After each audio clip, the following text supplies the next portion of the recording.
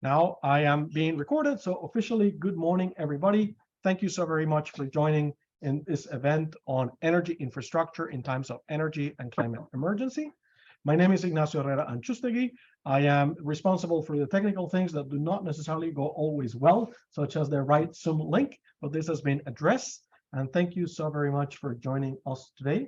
We will talk about what's going on when it comes to energy infrastructure, what's going on when it comes to the logistics, the engineering, and the economics that go behind this, and also the regulatory regimes and frameworks that we have in order to make energy transition possible from a perspective of the North Sea, with quite a lot of flavor of renewable energy.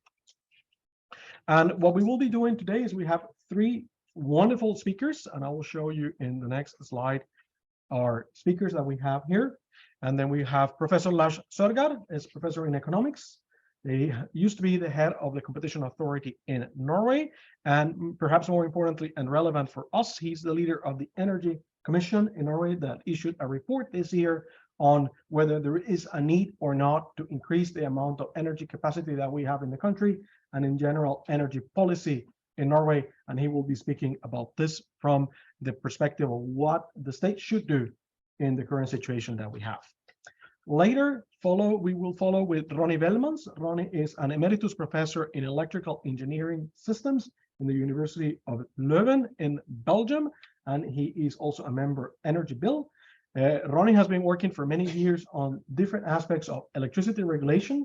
He has a lot of expertise when it comes to the grid, so the cables, and he's going to talk to us about how easy it is to build the wind turbines, how difficult it might be to build the infrastructure that we need to move the electricity that is going on here. And then we will finish with Vaido Poldoja. He's a senior legal advisor in the EFTA Surveillance Authority. For those of you that are not familiar with it, is the equivalent in a way of the European Commission on the EA pillar. And he works with state aid. So he's the one that says yes or no, you can give support to different projects, in this case, renewable energy. And he will talk to us about the novelties of what is going on in regarding these different issues. And to make this panel that is more inclusive, we will have Professor Lee Hencher, which is an expert on energy law, and she will be moderating the Q&A session. And we will have that part once the presentations are over. So we are a little bit delayed, and I would like to ask Professor Lars Sørgard to come to the stage to give his presentation. And each speaker will speak about 20 to 25 minutes so that we have a Q&A session. That is the part where people in the audience physically or digitally can be doing your participation. You can send your questions or comments in the chat, but if you also would like to do it by simply raising your voice, that can be done. It is not a problem to do it electronically, but it's also not a problem to do it physically either. So let's just check that the technology works for me. And Lars, can you unmute yourself and say something? Yeah, I think I'm muted, so it's okay. People online are listening to Professor Sørgard as well? Yes? Muy bien, muchas gracias, Jose Luis. I know that you're nodding. I think you're in Granada. You're usually, I think you're Cuban, if I'm not mistaken. Nice to meet you. Good, wonderful. Excellent. So with this said, I'll stop myself here, and then I'll give the word to our first speaker. And here are the slides, Lars. If you want to move the slides, just this one. Yes. Yeah.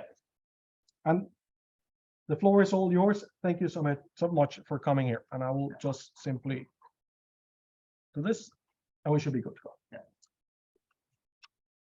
Thank you so much, Ignacio, for organizing this seminar. This is a great combination of different views, I think, because we are three people with very different perspectives in a way, or starting point. I'm an economist. Next speaker is on engineering. The last one is a lawyer. So we get all kind of perspectives there. Ignacio mentioned that I was leader of the Energy Commission. The Energy Commission talked a lot about the investment in renewables. We didn't talk so much about network, the energy network, because that was a report half a year before us. We did that. So I'm going to talk mostly about investment in renewables. And then I'm sure that we later on from Ronnie will hear about the network and the grid and so on. So we in a way have the divided rows there. So this is working. See? Yes, yeah. Okay, I'm gonna talk about the Norwegian electricity market, explain a bit what it is, and the challenge we have with the renewables, need for more renewables. Compared to other European countries, the Norwegian market is very unique. We have a hydropower system in a way. It's very dominated by hydropower. Today, almost 90% of production is from hydropower. And the good thing about that, it's flexible in the short run. We can turn it on and off within very short time, every hour. So it's very flexible. But in the long run, during a year or two, we don't have that flexibility because we are dependent on the inflow of water. So if it's raining a lot, we have a lot of production. If it's drier, we don't have so much production. So we have a problem over the year, but every day we are quite unique and we have a lot of flexibility to adapt. That's very different from Europe, who are closing down those, you can call it regulated power, like thermal power, nuclear power in Germany and so on, and building up unregulated power, like wind power. So Norway is starting from a good position with a lot of hydropower, and then we have to add something in addition. Because we need more investment in renewables. That's the conclusion from this report, where I was the leader. It was called More of Everything, Faster. And there are two drivers here for the need for more energy. It's the climate change. We have to clean the economy. We have to decarbonize the economy, the Norwegian economy, and the whole economy in the world. And we want to have a green transition. So it's a question about green industries instead of, call it, brown industries and so on. So this is important. Therefore, we need more capacity. And my question today, how should the state be involved? And I'm going to talk mostly about offshore wind and be in a way a party killer, because I will say that it's a very tough job to build this offshore wind. It's very expensive, and we have to think about the long-term goal we have. That's my message today. So back to the Norwegian electricity system. We have historically it was almost only hydropower. It was spread out all over Norway. If you look at this figure, you see there are black dots. That's all the power plants in Norway spread out, and it's publicly owned, most of them. So it's public owned, very different from other countries, and it's spread out, which is also different from other countries in a way.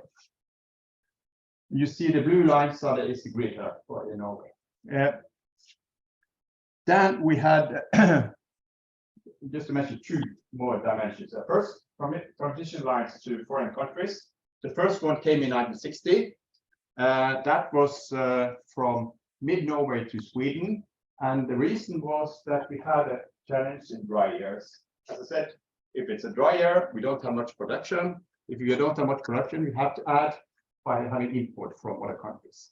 So by having this kind of transmission lines, we get some kind of guarantee that we have enough supply in dry years. So that was the first one, more than 60 years ago. And now we have 17 transmission lines to all our neighboring countries. It was a line even to Russia, whereas for obvious reason it's closed down. But all other countries which are neighbors, we have some transmission lines.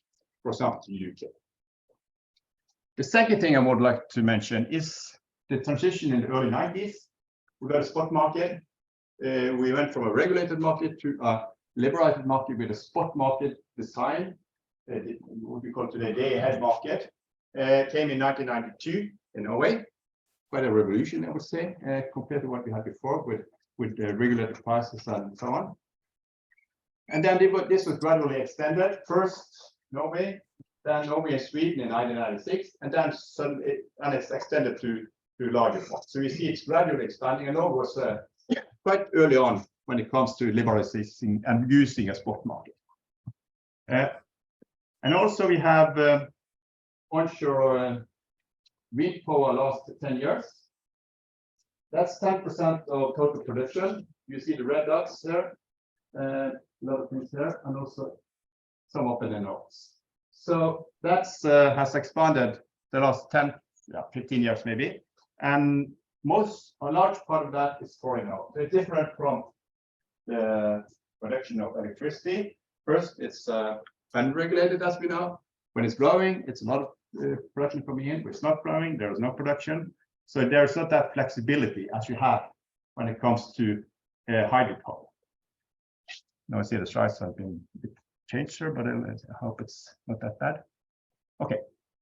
So I would say up to now, it's been a good mix of energy in the Norwegian system because we have a combination of regulated and unregulated. We have the hydropower, and especially those we talk about these dams where we can storage water, which makes it possible to be flexible to store water during summertime, to use it during winter time when it's not any inflow, and so on. And we have this unregulated wind and river hydropower. And we have more stable prices than we see abroad. I could have shown a graph. I think some of you know there's more stable prices during the day than Europe. And why is that? Because hydropower holds back on production when it's blowing. When it's bidding in today, they know whether it will be wind tomorrow or not. So in a way, then if it's a lot of wind power coming to the market, you're not using the hydropower production. So then you see you're in a way combining those in a good way. And that means that wind power has experienced relatively high prices in Norway. So when it's blowing, price is still not zero in Norway, it's higher. That means you can have some revenues from wind power in Norway. And if you look at onshore wind power producers in Norway, they have signed commercial contracts, a PPA. And that's possible because you have this system where hydropower is holding back on production when it's blowing, and the prices are still high. So that's a good thing, this combination of hydropower and wind power. And that means that, in a way, they're complementing each other. So when the wind is blowing, you can save water in the dams and use it later on. So it adds to the capacity of hydropower in a good way. And also we can save waters in our reservoirs when we're importing during times of a lot of wind in, for example, Denmark or in UK or so. So you see this is an interplay which is at the outset quite good. So, but even then we need more production. And we have some chances we need more renewables. First, many sources are not so easy to exploit. Hydropower is the best kind of production, I would say, because it's flexible. But it's not possible to expand a lot because we have something called wellnet plan. That means we protect nature. So it's decided that a lot of our rivers are protected from being used for hydropower now. So the expansion of hydropower is very limited in Norway. We can do something. And then we have the onshore wind power. If you are in Norwegian, you know there is a lot of popular resistance, so it's very difficult to succeed with that. We have some discussion about the rights of the population in these areas, so it's difficult to build out onshore wind in Norway. Solar power, well, it's a limited scale, and the regulation is not really good. It's more small scale. To get a large scale on that, there's need for more overall regulation. Nuclear power, well, there's a discussion, but it's a very low-key issue because it's a discussion whether we should have a discussion anyway. So it's a long way to go before we have nuclear power in Norway. But then we have the remaining thing is offshore wind. And then the government has quite a high goal. They said that, okay, within 2040, we should have 30 gigawatts offshore wind, 30,000 megawatts offshore wind, which is almost the same size of energy as production today. So that's a lot for Norway. when we come back to Ronnie, we see that's a small number compared to the rest of Europe, but for Norway, that's a big number. What's happening now? I'm going to talk a bit about that. There are two areas that will be awarded in late 2023. Something called South North Sea 2. That's fixed bottom offshore wind, 1,500 megawatts, and that will be an auction. And you have Utsira Nord, that's floating offshore wind. That will be awarded on qualitative criteria. Not clear to me how they do that, but the first one is the most obvious, and I'm going to talk a bit about that. At South North Sea 2, there will be a two-way contract for difference. First pre-qualification, and then bidding on a contract price, or you can call it, I think you call it strike price. And then the government said there's a maximum strike price set to 66 øre per kilowatt hour for 15 years. I think 66 øre is, depending on the exchange rates, is 80 euro per megawatt hour or something like that. So if average monthly spot price is lower, then they receive support from government. If it's higher, then the one who is awarded the contract has to pay the difference. Then there is a maximum in public support. Is that we will at most have 15 billion Norwegian kroner in public support.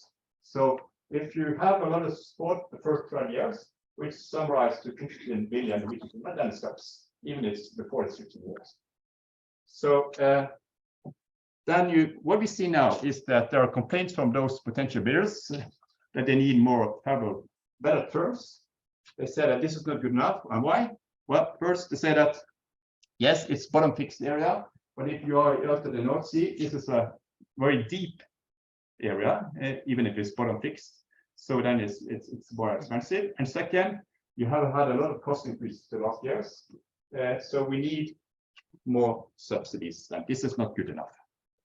So it indicates a need for even larger public support than these 15 billion Norwegian kroner. Then you have 20 potential areas for offshore wind. If that's a plan from the Norwegian regulator, where you have these areas, and you see that there's only one fixed there, the rest is for floating hydropower, floating offshore wind. It's much more than need to build 30 gigawatt, but these are these where they should do. This is at a very early stage right now. There are no plans for the network. I think Ronnie is going to talk about that. That's not an easy part. That's a tough part. No analysis of the economics of potential projects. The director of the regulator, EnergyVille, he said that it's not economic feasible today to have offshore wind. And that was why is he saying that? Well, the reason he's saying that is true. So we have a problem with that. And there's a need for more detailed analysis of possible conflict of interest. We have to analyze most areas to see if there is a conflict of interest. Just continue, Lars. I want to. Okay. Right.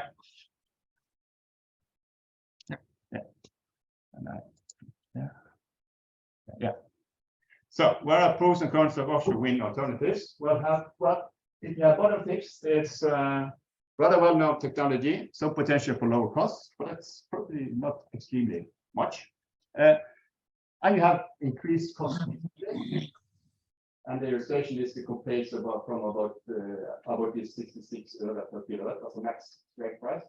It's only in the North Sea, and the problem is then if you have it in the North Sea, you're not alone. There are a lot of offshore wind coming into the North Sea at the same time. And it's blowing in the North Sea, it's blowing in the North Sea. So they're blowing in the south of North Sea and the north of North Sea. And there are a lot of production at the same time. That's a problem. I'll come back to that. And floating, that's a new technology. Probably more potential for lower cost, but nobody knows today how much. It's very expensive right now. The regulator, EnergyVille, said in 2021, it will cost 117 øre per kilowatt hour to build this. And they have a warning say on a page of the regulator saying, don't trust these figures. There's been a large cost increase the last 2 years for these are too low. So you think it's high, but it's small potential areas. Many not in the North Sea. Then you have a higher spot rate since wind is asynchronous with Europe. So that's a good thing in a way. Trust. I'll fix this. Yeah, that's some. Yeah, I know. I'll try to fix it. Just continue.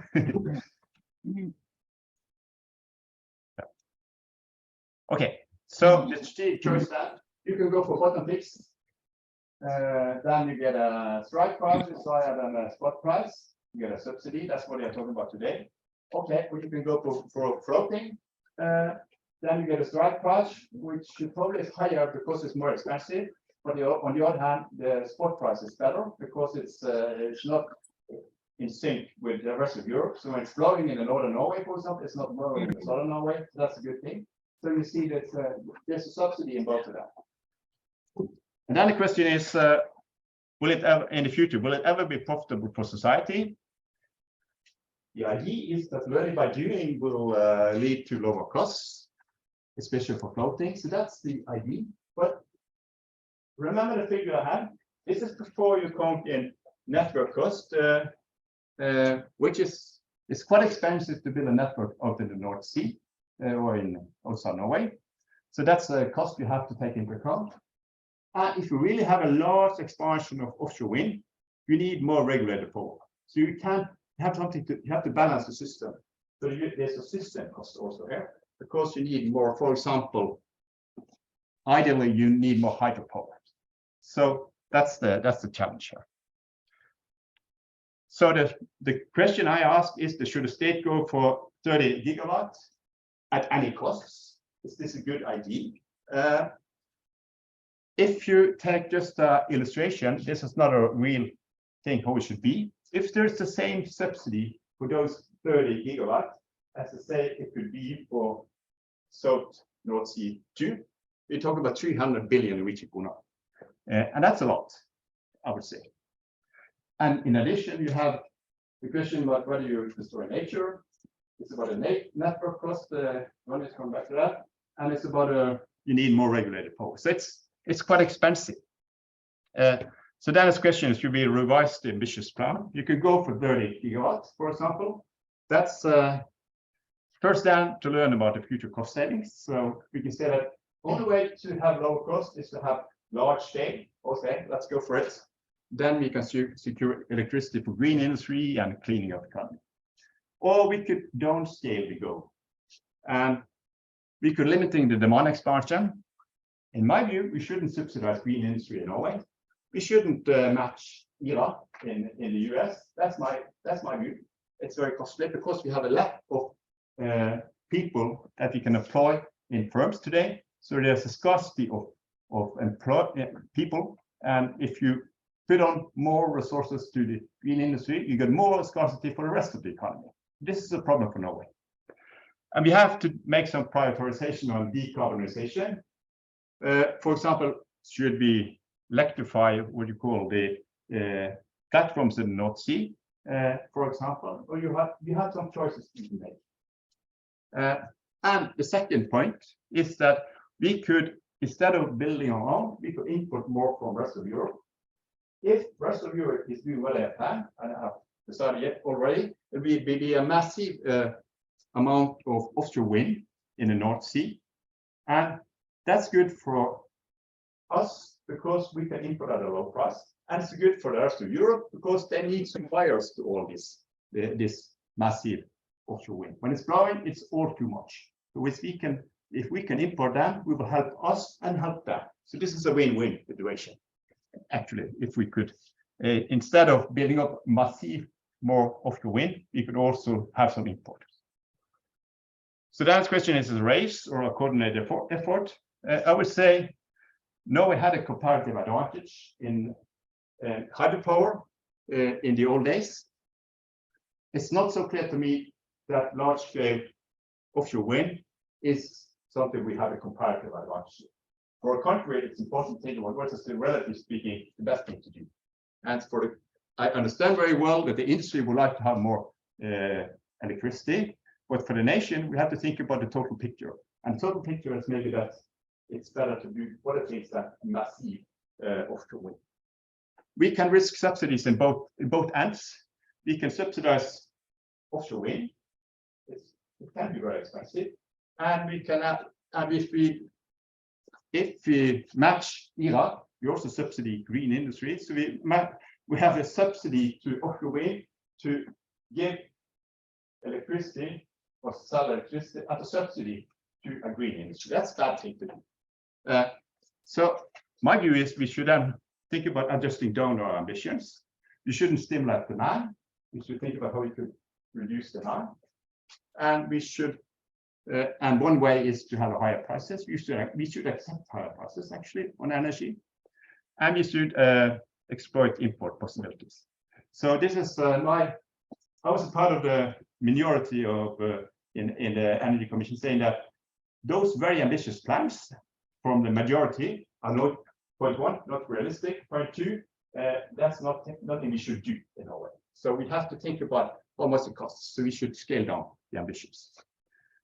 So in my view, if neighbors build up a lot of massive offshore wind, good for them and for us that Norway import more. So that's the choice. We have to think about the big picture, not saying, oh, we need so much more energy because we have to have the green transition, we need climate change. No, think about whether you could don't scale those emissions, and you can do that by think about imports and think about not stimulating demand expansion.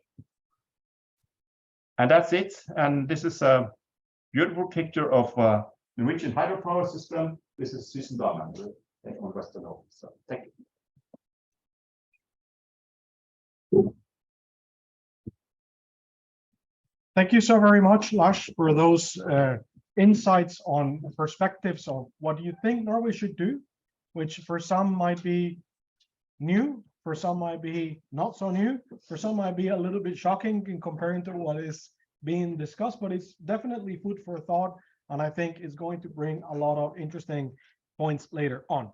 So now we're going to move to our second speaker, and that's going to be Professor Ronnie Belmans, that is going to talk about how it is going to be the building up of the infrastructure if we want to achieve an energy transition in the North Sea. So Ronnie, could you check that if your mic is on? Is the mic on? Yes, that sounds like it's on, so that's perfect. And just you simply need to click here. Yeah. And then the floor is all yours, Ronnie. Thank you so very much. Thank you, Ignacio. Thank you for the introduction. Thank you also for having me here. I'm a weird animal. I'm a retired professor, but that's not so weird. I'm one of them. But to be an engineer amongst people who study legal aspects may be a bit more weird animal. But the reason I'm here is the collaboration I have with the Foreign School of Regulation, where I'm also the weird animal that looks at all the reports and asks them, do you think this is technically possible? And then we start all over again. I learn, they learn, we learn. And that's what keeps me busy as an emeritus, to be within that triangle of legal, economic, and technical aspects. It seems like the sound is not very good from what we hear in the mic, in the chat. So let's see if we can utilize the different mic that we had from before from Lars. Ronnie, just so, just makes it. Now, I thank you, Birgitte. That is big. No, you have not screwed up, Ronnie. That's technology. So we changed mics. Yeah. Not your fault at all, Ronnie.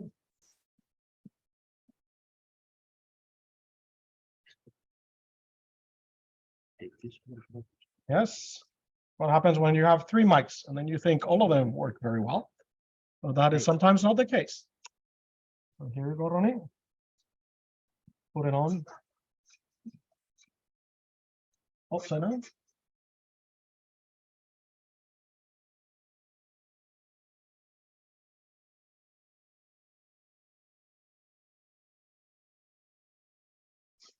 Is this better? No. Is it on? Yeah, it's on. Yes. Does it work? Does it work? Seems to work here. Yes. Here you go. Okay. Second try, second mic. So it's technology. That's what they say then immediately. I think it was not a good contract. But anyway, it was already, and I'm quite happy with the talk of Lars. It was already said. When I was really thinking about this presentation and discussing it with Lee, the thing is, we have new technology. And I had a small discussion, exchange of ideas with Astrid just before the coffee, at the coffee break here. And she said something that I think I should repeat here. She said TSOs are really the one who are responsible for keeping the frequency. That's the major thing, the 50 hertz we every morning look at and see that it's kept all over the day. And we spoil a bit of more water in Norway. Hope that the Norwegians have more water if we do something bad in Europe. If there's no water in Norway, we increase a bit the gas use in Europe and send power back to get that 50 hertz constant.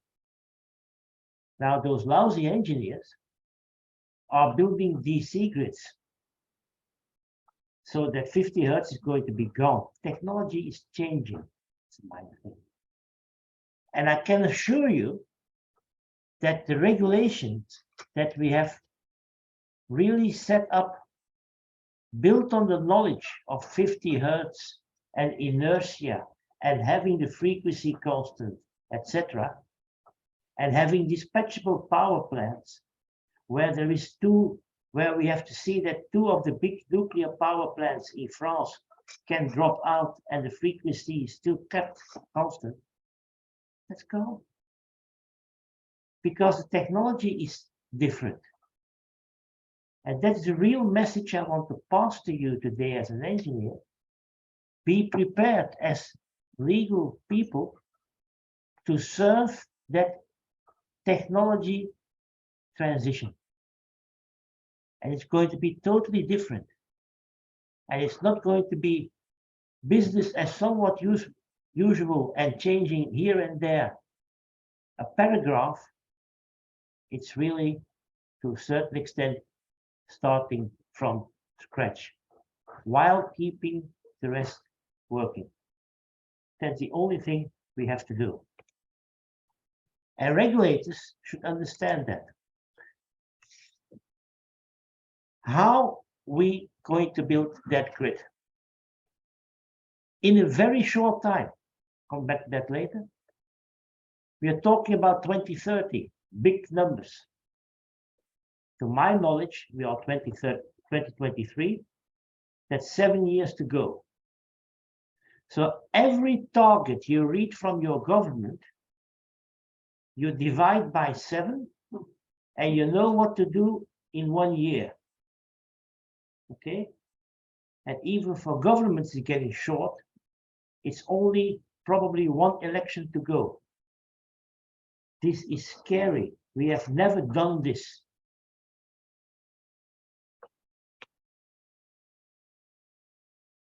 To give you some, as an old professor, I must say something about history.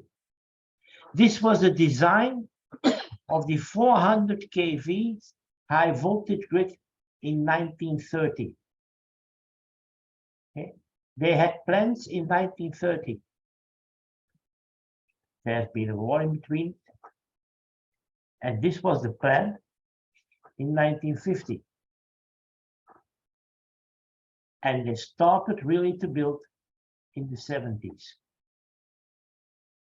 Okay.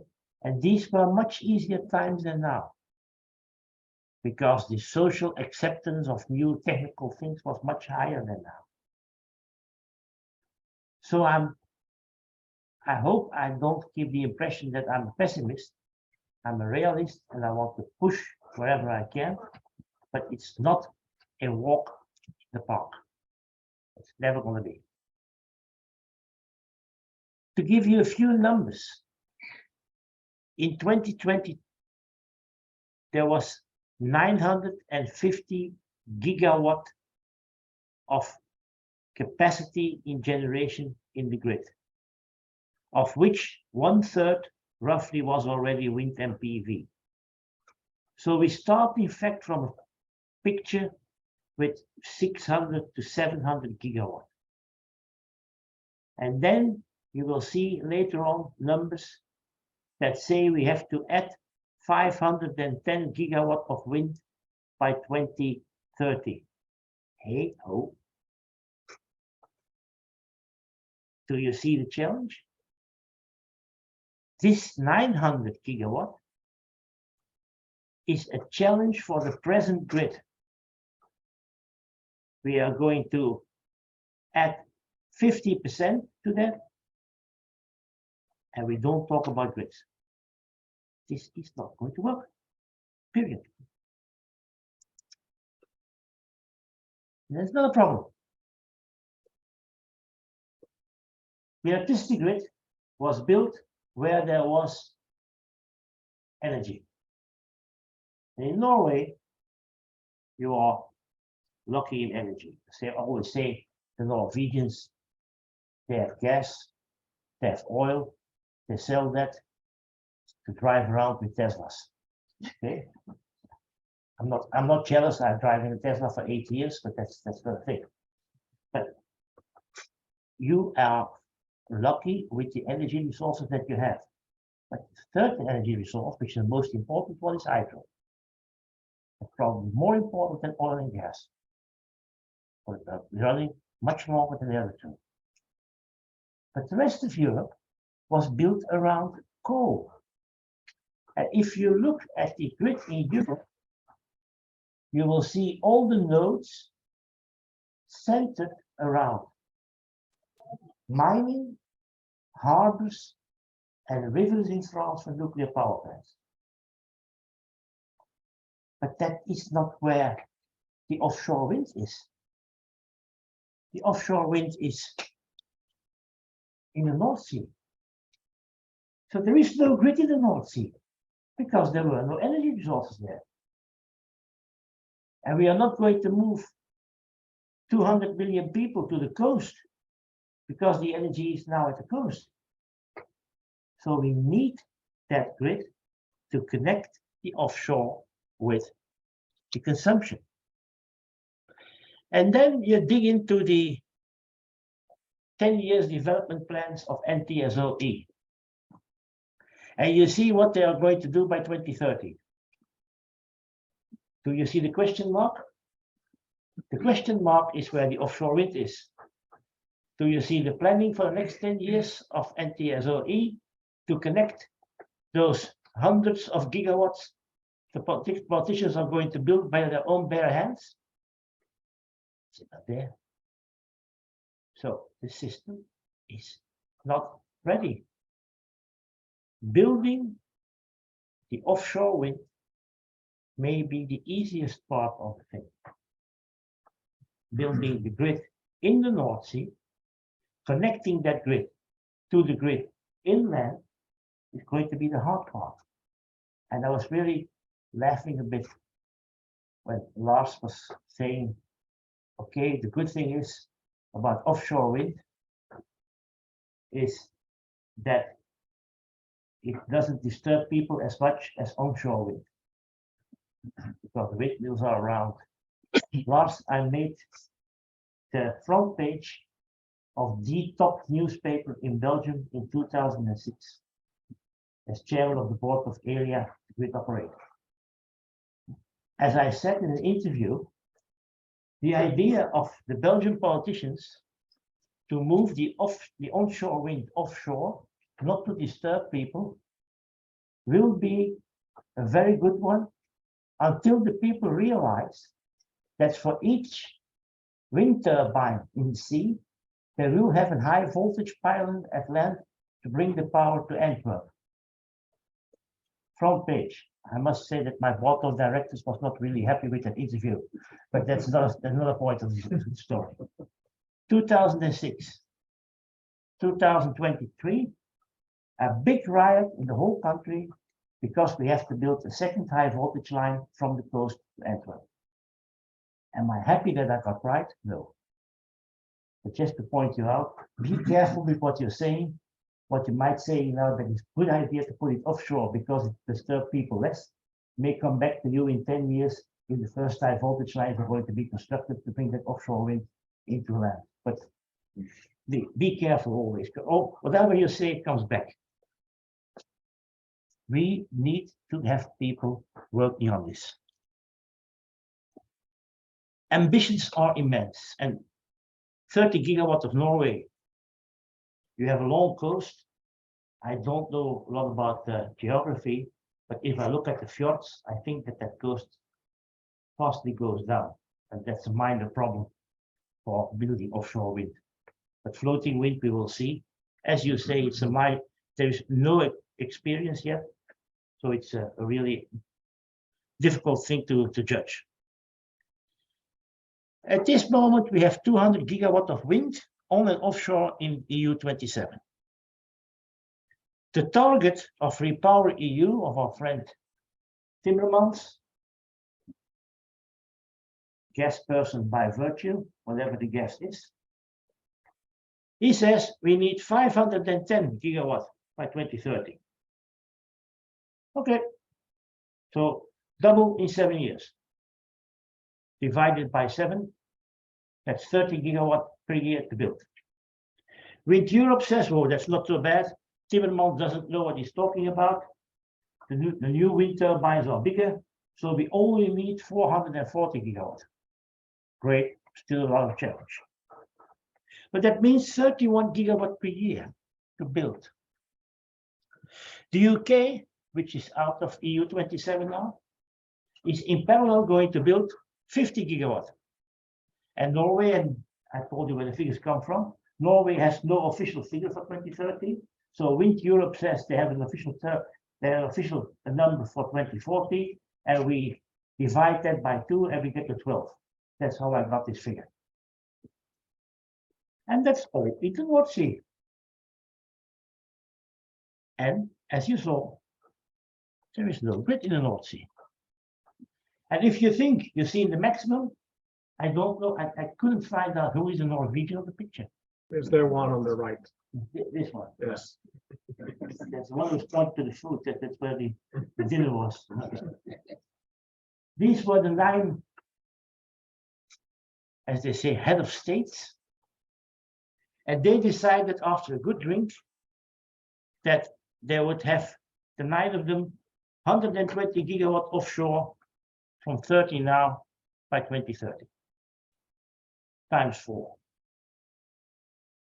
Well, I don't know how it is in Norway, but we are one thing for sure in Belgium. If a politician promises something, it's certainly not right. From this one, I'm technically sure that it is not right. So too much promises, 300 gigawatt, but those 9 countries won't happen. I digged into the plans of NTSOE, and you see several hundred of gigawatts are coming along. And in the whole of the plan, they add 64 gigawatts of capacity by 2030 in the whole of Europe. Not around the North Sea, but also these connections. How can you ever push to 64 gigawatts of pipes, 200 gigawatts of water? So that plan is not consistent with the targets of wind. By 2040, 88 gigawatts. We need far more grids on land and offshore. We did a calculation, we did a lot of studies at EnergyVille. EnergyVille is a research center in Belgium that I had the honor to set up during the last 10 years. 450 people working there. And what comes out of it, there is only one possibility to really capture that whole offshore ambitions. We need roughly for the Europe will do 2/3 of the EU 27 to 2/3, the rest will be the UK and non-EU countries. That will be costing 800 billion euro by 2050. If you divide it by the turnover of all TSOs that are around the seas, it will take 150 years to finance that. Okay? This is not going to work. I'm not an economist. Lars, you can help me there. How the financing can be done, but 150 years to build something in 30 years of income and doing nothing else, there's something wrong. So we need a mesh grid, technically. A mesh grid is a grid where between each point you can go different routes. So if one route goes away, the system is still coherent. Now all those DC links are point to point, Norway to Holland, Norway to the UK, Denmark to Norway, point to point, that's gone. It has to be a mesh. And we need to have the connections on land to bring that power deeper inland. Okay, Austria has no shore. Czechia, Slovakia has no shore. They won't have offshore wind energy. Now, how to convince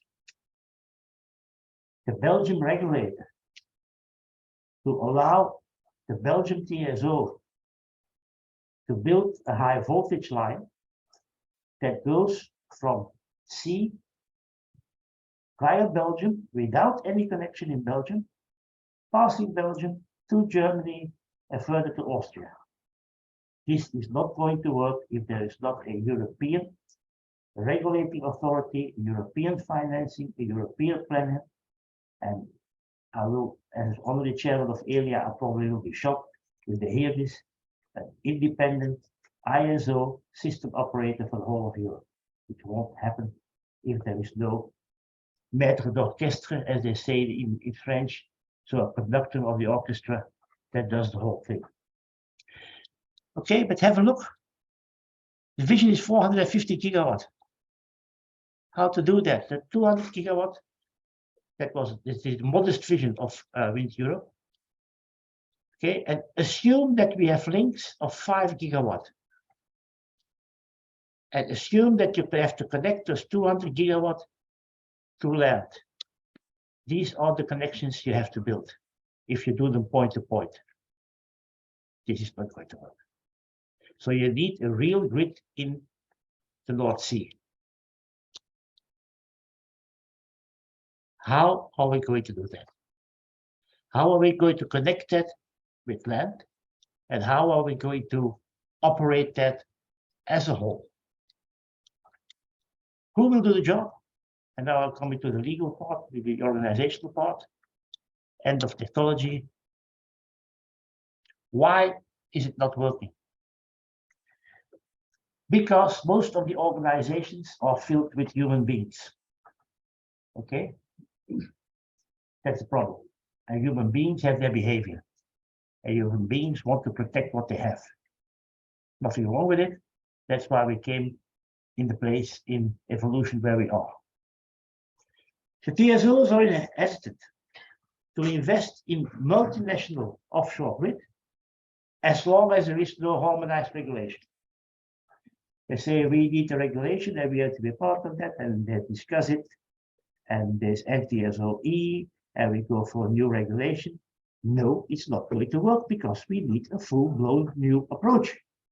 And it's not going to be building on that.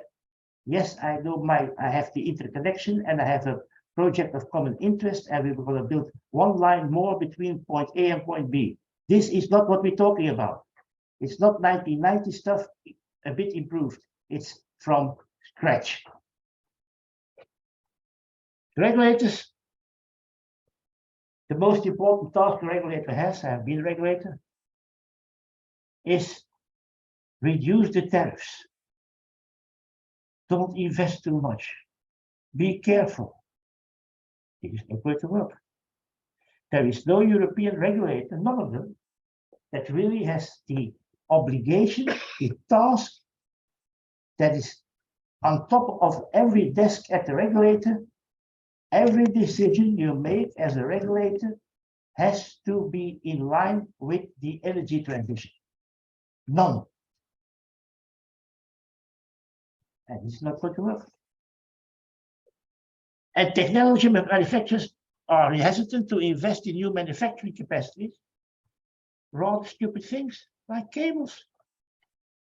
You have a very good cable manufacturer in Norway, Nexans, in the south. I visited it. The company, 1960, was founded for the cable to connect to Denmark, I guess. Skagerrak. Yeah. Skagerrak 1. Yeah. The cable which they produced at that moment is still in operation.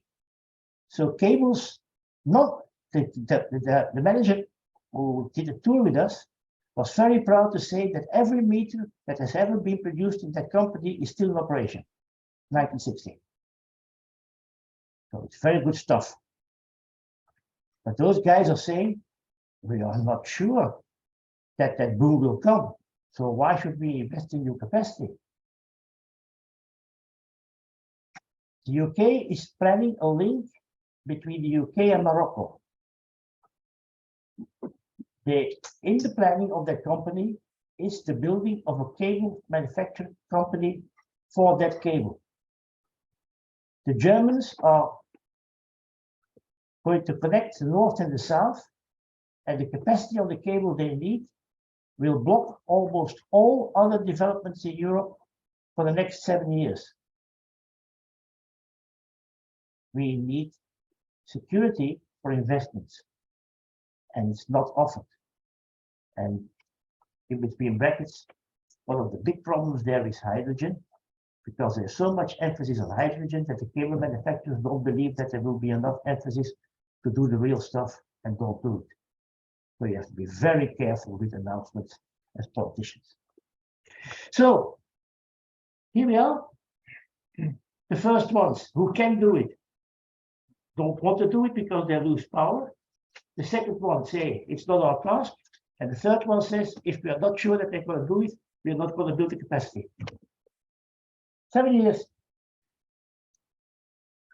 So we did a proposal, a company for developing the North Sea. And we called it Design Grid. I will say that an engineer who wants to design things, etc., etc. I could do a quiz now to ask what design stands for. Design stands for the currencies of the countries around the North Sea. Okay? It has taken us a while to explain it, but that's the only way. It was a non-technical explanation. It connects people, and it has to bring all together in a coherent way all the energy around. I was surprised to see on the picture, not to see on the picture, the Iceland premiere, because I think it's important. Now going to your job, what should such a company do? It needs to plan and design the grid. It needs to give out concessions to people that can invest. I see you're all taking pictures, but Ignacio, I think the slides will be shared. There's no big hidden secrets in here. It has to coordinate national and regional transmission expansions needed. Cannot do it itself. The ownership, investing in individual connections will be done by third parties. And we have to be studied very carefully also the links that are already existing and how they can be integrated in that new grid. The cost allocation. How are we going to allocate costs? And what is going to be the impact on national tariff schemes? And what's very important is, if you're talking about national tariff schemes, if the Austrians, to name them, are benefiting from the North Sea grid, how are they going to contribute by their tariffs to the development of that North Sea grid. These are all elements that does really work for you as legal people to try to bring that all together. Network codes. We will need a totally different network code. Auxiliary services will be totally different. As I said, 50 Hertz doesn't exist anymore as a starter. And the coordination between maintenance and scheduling with transmission assets has to be done. For instance, if that grid offers a link between Norway, Denmark, Holland, Belgium, and there is maintenance on AC lines all land, it has an impact on the grid in the North Sea and vice versa. So parallel paths do impact each other. How are you going to handle that? That's technically what is written here. This has to be done very fast. And this proposal was laid on the table in 2019 at DG Trend. Nothing had happened with it, and it's still as valuable as it was now. So collecting fees, maintenance, we need an ISO approach. The grid will not be owned by that company. That's far too expensive, the 800 billion euros. No company can spend it on its own. And it has to be, the concession holders should be paid. Interaction with national grids is important. And the network codes have to be fundamentally rewritten due to that new technology. How to finance it? It's going to be a very difficult task. How to match that with the national standards and how to handle the inland connections. If there is a big chunk coming in, say 10 gigawatt coming into the coast somewhere between Belgium and Holland, how are you going to split that? If there is something coming in from Denmark to Holland, which goes to Germany further, how are you going to split the costs and the tariffs? So these are all questions that have to be done quite fast. And yes, in conclusion, technically, the system will be totally different. If the system is totally different, it needs to be differently financed. And it needs a different legal framework. I don't know all the answers. I only want to, I'm glad I could do so, in this symposium, show you that building the offshore wind, as explained by the other people here, is a very difficult task. But it's only a first step. I'm not saying a minor step, not in understanding, but the first step has no value if that second step is not going to be ready on time. And I'm scared, I'm afraid, maybe that's getting old, that time is running out. But this is a message that I'm happy that I could give to the young people here who will do the job, and I will watch it very carefully that it's done by 2030. Thank you.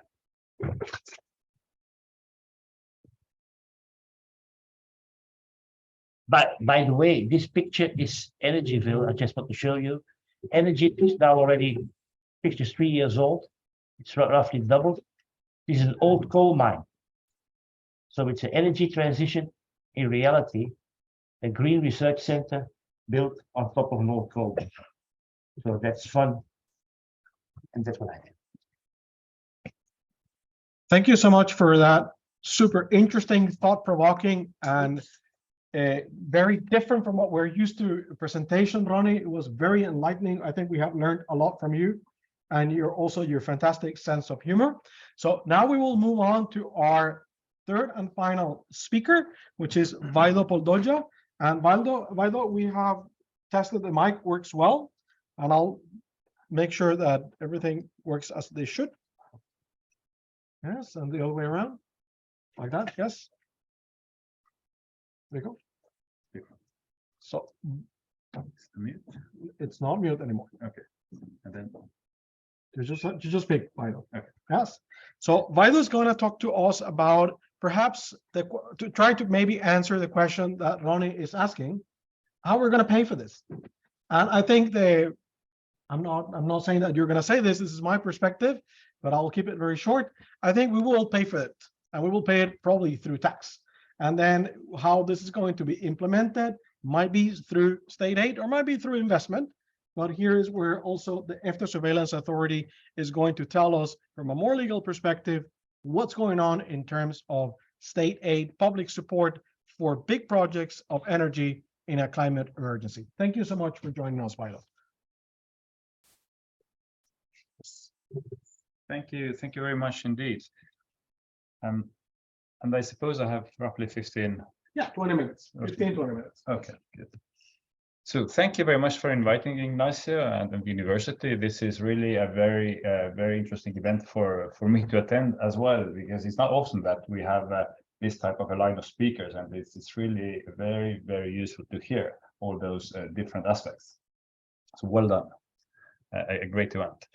Now, indeed, where I work is the EFTA Surveillance Authority, and those who have not had yet experience with who we are and what we do, we are indeed a sort of a supranational authority that is the equivalent of the Commission set up under the EEA agreement to monitor and control state aid granted by the EEA EFTA states. And I will be talking today about ESA priorities related to the topic, and certain instruments that are important in our work when it comes to energy and climate.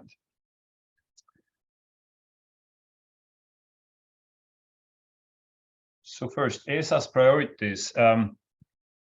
Because of the events, the dual crisis that we have, starting with COVID-19 and then a Russian invasion in Ukraine, crisis measures have clearly been one of our priorities in discussions with our respective states. And also in those prioritization talks, green investments or green related measures have also been high up on the agenda, and they continue to be very much prioritized in our discussions with the respective states.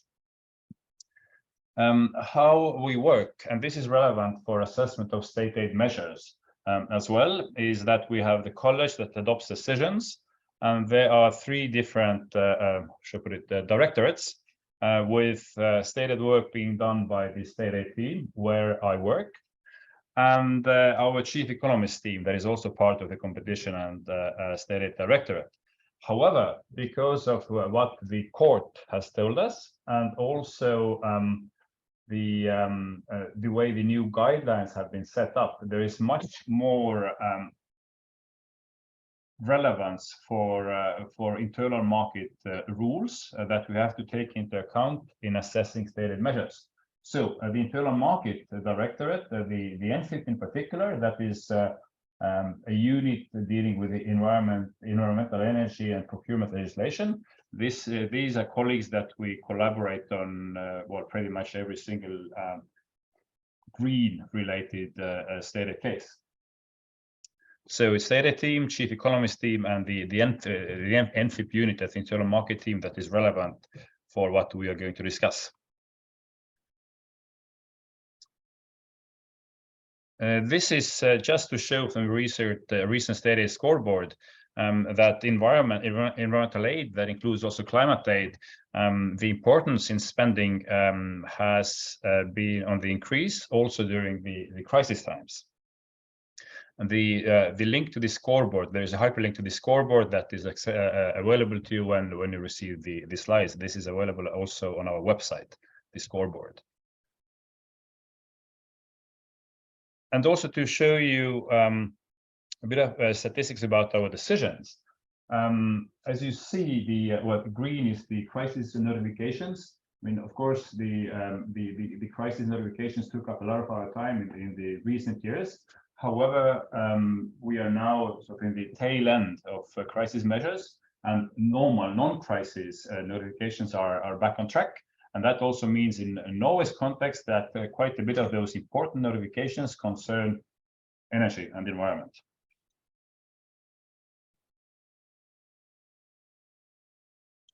Right, and when it comes to now we have to talk about the rules, what we use in assessing those measures, and they go in a sort of a chronological order here. The climate, energy, and environmental aid guidelines, they are not as such that new. However, they are new in the sense that we adopted those guidelines in February 2022. However, they are new in the sense that we haven't yet had a chance to apply those guidelines in practice. We haven't yet adopted a decision that would be relying on those guidelines. So there are a few discussions pending, but they haven't led to any particular decision yet. Of course, you might think about wind farms and other aid measures where those guidelines come to play. And I would like to make a few just a few comments also on how to read those guidelines. So the way we normally work with guidelines is that we wait for the Commission to adopt a certain set of guidelines first, and then we follow suit and adopt the same guidelines. With the CEAC, the Climate, Energy, and Environmental Guidelines, we use this so-called new approach where we do not tweak the text of the guidelines. However, the necessary amendments we make an ESA decision that approves the Commission's guidelines. So the Commission's guidelines we apply as they are, and if you want to read them in EEA-EFTA context, you actually have to read ESA's decision that adopts those guidelines. And now also a few words on the decision of ESA that adopted the CEAC. This is quite important. What we say in the decision adopting the CEAC is that there can be a number of internal market acts that are not yet incorporated for one reason or another into the EEA agreement. However, and this does not mean sort of harmonization through backdoor, because no one forces states to grant aid. However, if the states do come to us with stated measures where internal market legislation is not has not yet been incorporated but is relevant for the project, then we would normally apply this legislation as a sort of point of reference in assessing compatibility of a notified aid measure. As I said, we haven't yet approved any measure under this CEAC, so this particular provision in the CEAC adoption decision still has to be tested in practice, and we have to see how it would work out in practice.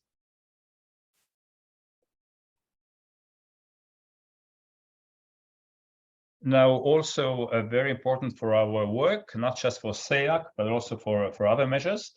As I already explained, according to case law, we do have to take into account potential violation of rules other than, strictly speaking, state aid rules. And this is now part of our state aid compatibility assessment, also on the CEAC, that reflects, the CEAC also reflects this development, and it just underlines the importance of cooperation between the state aid team and our internal market and energy team. Now, when it comes to practical assessments of what do we do with the measures that are notified, or that what we would do with the measures notified under the CEAC, is that we see that there is, in a way, there is more flexibility in granting funding under this CEAC. There is flexibility in the sense that more aid can be granted if the member state calculates the funding gap of a project. So the difference between the investment and the cash flows from the project, then the full funding gap in principle can be covered 100%. However, this can be a difficult exercise. Funding gap calculations, it does take some time and efforts to come up with credible funding gap calculations. So depending on a project, this can actually be a challenge as well. In practice, this is what we have seen. Another practical consideration, of course, is the fact that according to the SEAG, one should normally run a competitive bidding procedure for granting aid. And if you have built up your scheme under, let's say, the general block exemption regulation, which does not require bidding, and then all of a sudden you have an individual notification that is required because the aid amount is above a certain threshold, notification threshold, then of course the question arises, what do you do?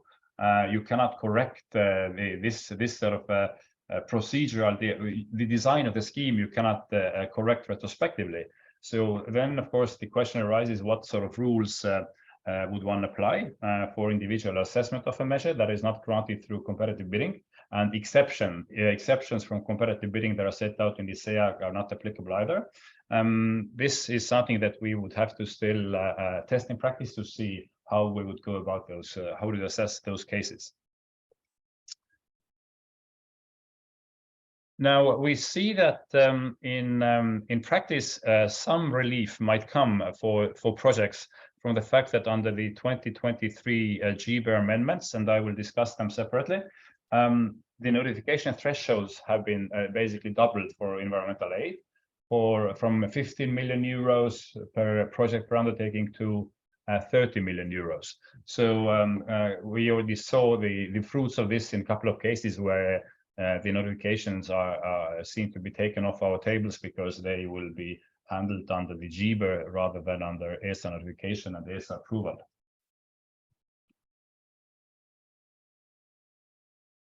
And then from a practical consideration as well, from July onwards, for aid to be approved after July the 1st, the mandatory public consultation and the subsidy per ton of CO2 avoided assessments, now those become mandatory for all notifications, where we would approve the measures after the 1st of July. So important to keep in mind in deciding new aid measures.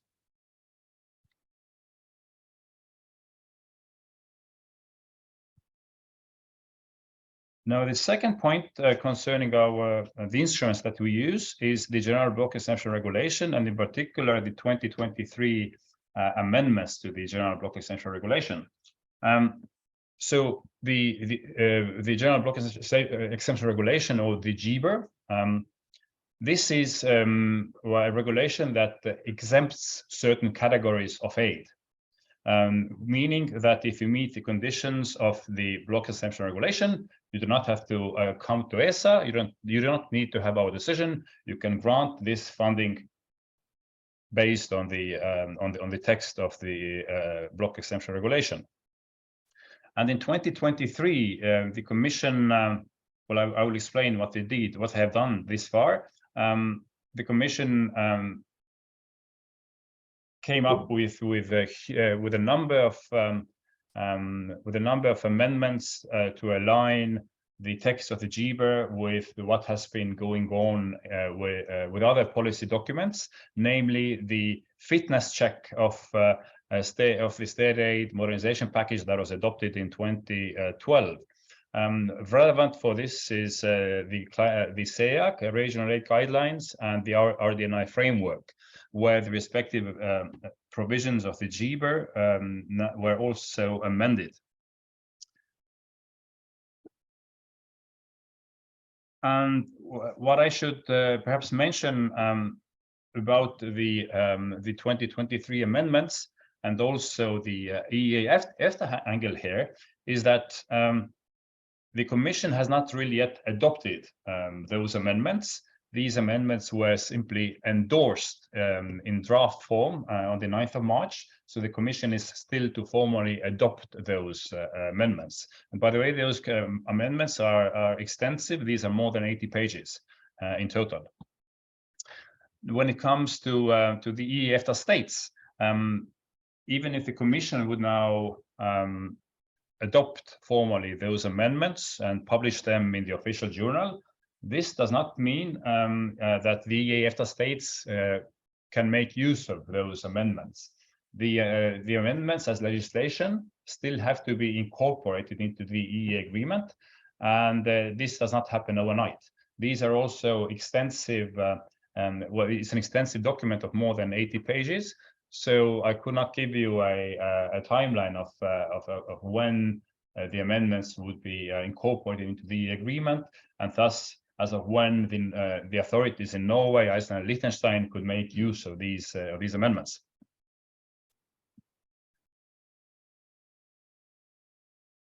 And what is also important for these amendments prolong the current GBER until the end of 2026. In the meantime, the Commission might revise the GBER to actually issue a new GBER, but at least until the end of 2026, the schemes and the aid measures can continue to be granted under the GBER rules. Now, two interesting provisions for us in practice. Well, first, of course, is that we might have less notifications because of the increased notification threshold to 30 million euros. And then Article 36 and 41, when it comes to decarbonization of industries and renewable investments, where there is, if comparing to the CEAC, the Climate and Energy and Environmental Aid Guidelines, it's quite a bit more flexible. Competitive bidding is not required under Article 36, and one can use various methodologies to calculate eligible costs, which might be more suitable, especially for smaller aid-granting authorities and smaller amounts of aid. The same applies for Article 41 for renewables investments, where it can be based, where the aid amounts can be handed out based either on a total costs assessment, and then a certain percentage of the investments can be aided, or through competitive bidding, with, of course, respectively higher aid intensities as well.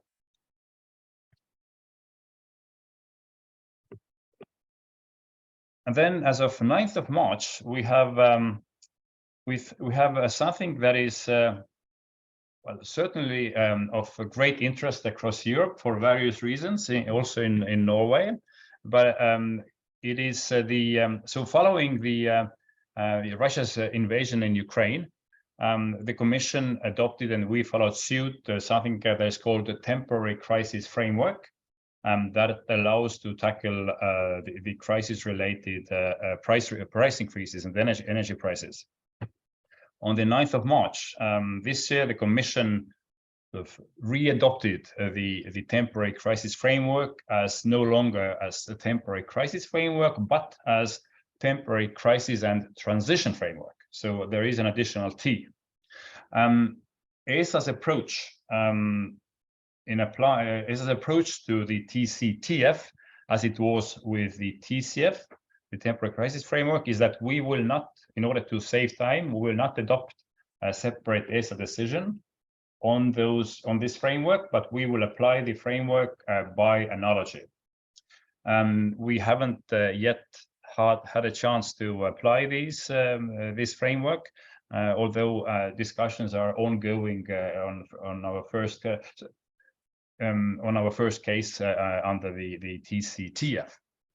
And the underlying idea of the TCTF is that it is not just it's not so much about Russia's invasion in Ukraine, but the focus is now more on net zero industries and granting aid for fast accelerated rollout of renewables storage, and making sure that certain industries are present in Europe and stay in Europe.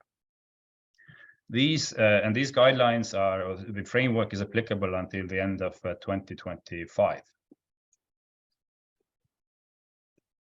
Now, two sections that I foresee to be important in practice in our discussions with our states is Section 2.5 and Section 2.6.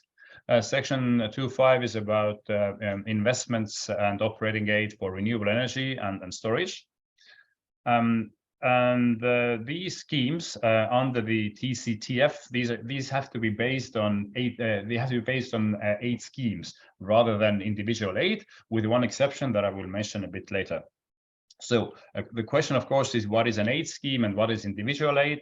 There is interesting case practice from the Commission, a recent one concerning French floating offshore wind farms, and also a decision concerning Danish carbon capture and storage measure, where the Commission discusses what is an aid scheme and what is individual aid in a situation where only one particular recipient might ultimately be receiving aid.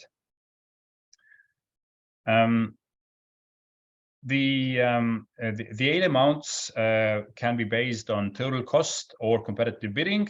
However, for certain sectors, such as on and offshore wind, competitive bidding is mandatory, with exceptions for certain smaller projects. And the pretty much similar considerations goes for industrial decarbonization, which have to be scheme-based and have to follow certain forms of aid, for instance, tax credits or guarantees or guaranteed loans or grants. What is important for industrial decarbonization is that measures should not lead to increase in production capacity, with the exception of capacity increases that are technically necessary. And now the last point is Section 2.8 of the TCTF, that is probably most discussed provision and most controversial provision of this new framework, which basically consists of two parts. Point 85 of the TCTF under Section 2.8 is about prevention, is about 8 schemes with the aim to to keep industries inside the EEA. So the text refers to the EEA, not just the EU. And the authorities can grant the funding, and this is can grant funding for manufacturing, and this is I think first time where manufacturing can be funded on such a large scale. Normally, this is not the case, and the SEAC, to give an example, the SEAC prevents aid for manufacturing. Manufacturing can be funded now under Section 2.8 of the TCTF. For certain key sectors that are listed in point 85 of the TCTF: solar panels, turbines, heat pumps, electrolyzers, and CCS-related equipment, key components, and critical raw materials.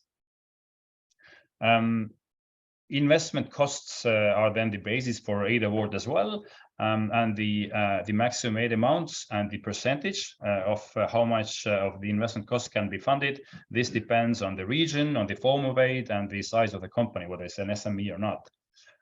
But what is important here is that the aid granting authorities have to assess whether there is a concrete risk of a certain productive investment and not taking place within the EEA, and then there is no risk of relocation within the EEA. So not just within the EU, but within the EEA.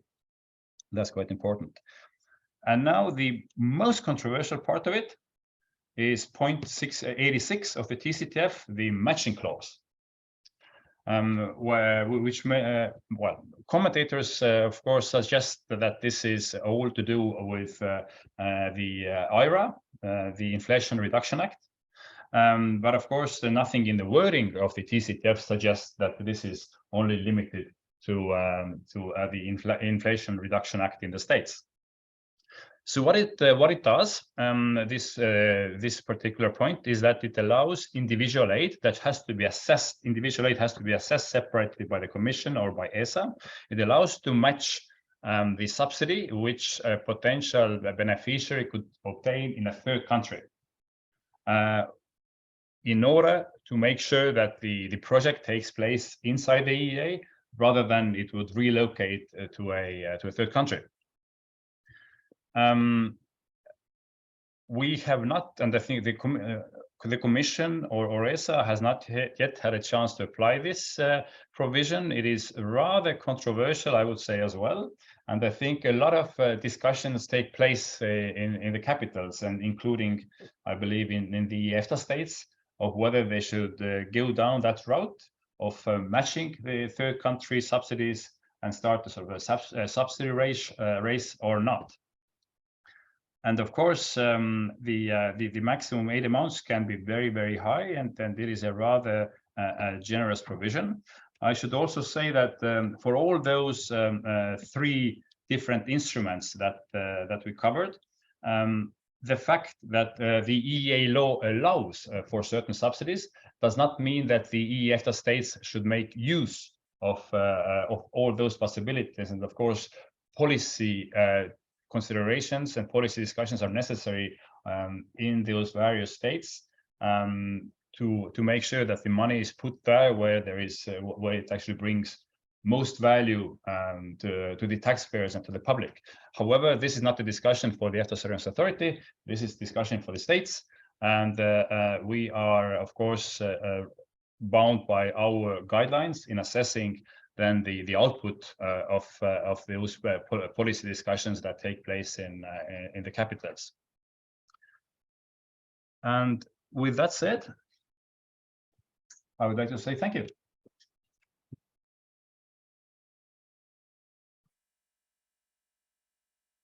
Wonderful. Thank you so much, Vito, for giving us a tour on all the developments that are going on in terms of state aid and all the instruments that are being issued to, in a way, channel investment, in this case, public investment, into the different aspects. So now what I will do is I'll invite Professor Lee Hancher to take here the floor. And we have planned to finish in about 10 minutes, but I would ask those of you that are here to wait 5 more minutes than that, and those online. So we will finish around 11:50 instead of 11:45. And again, that is my fault because we started late due to the Zoom link. And what we'll do is I'll ask the 3 speakers to join us here at the front. And Lee, I'll give you the word so you can lead the discussion. Thank you. We will have this mic on. I see there's maybe something in the Yes. chat. I'll check the chat here. Yes, I have to leave. That is absolutely fine. And now we go for the Q&A session.